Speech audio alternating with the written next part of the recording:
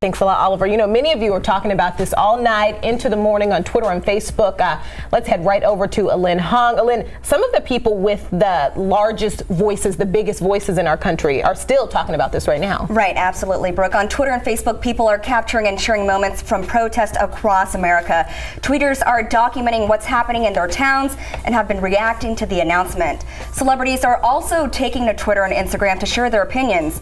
LeBron James tweets, "As a society, how do we do better and stop things like this happening time after time?"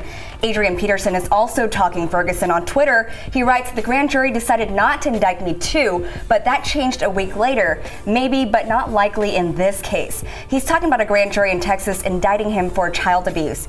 Meanwhile, D.L. Hughley says in the 10 years in Iraq and Afghanistan, 4,200 Americans were killed, but in 10 years, 5,300 were killed by cops.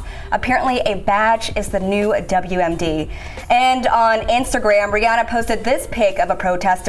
And if you guys have something to say, join the conversation on our Facebook page at facebook.com/eyeopenertv. Now, I'm looking through Twitter and I found a tweet that I think is pretty all-encompassing and poignant. It's by @CallieHawk. She says, "I want to see all people treated well. The Ferguson decision affects everyone on some level." I think the thing we have to note that the outrage isn't just centered in on Ferguson. There are protests going on in D.C., in Dallas, Oakland, Philly. I mean, it's everybody's outrage. Yeah, but see, people are talking about outrage and stuff. I don't know that I feel outraged about it. I feel like you have to be outraged. Something has to be out of the ordinary. And this, sadly, has become the norm in our country, is that you don't expect anything other than this. So I'm not shocked at all. For the down low on what the internet's saying about these flight delays, we're going to head over to Alin. A lot of people, this messed up their Thanksgiving plans, and now I'm assuming this messed up work. Yeah, definitely. Thanks, Brooke. Now, Twitter is exploding with unhappy travelers, a lot of them stuck in Chicago. The line for the TSA was so crazy long at one point, one tweeter measured it at a little more than a mile long.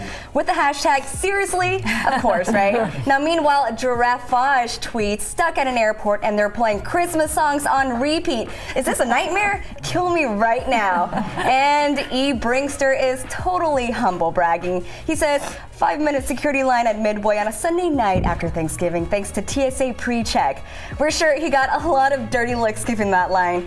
And if you have something to say, join the conversation and tweet us at EyeOpenerTV. Now, what are y'all's worst travel experiences? Listen, I spent 45 minutes in the line at the airport in Atlanta. That's not too bad. That's not too On the bad. security line. Also, this was weird. So, you know, there are 3 lanes coming into like the departure where you drop people off.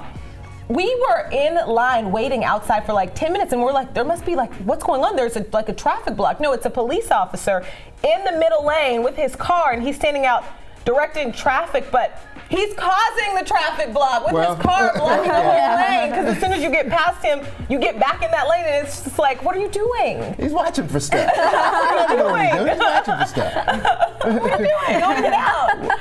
It's always bad. You just got to plan for it. Right, You always yeah. got to know it's going to be bad. Right. I always got a plan for it. All right, we have a lot more coming your way.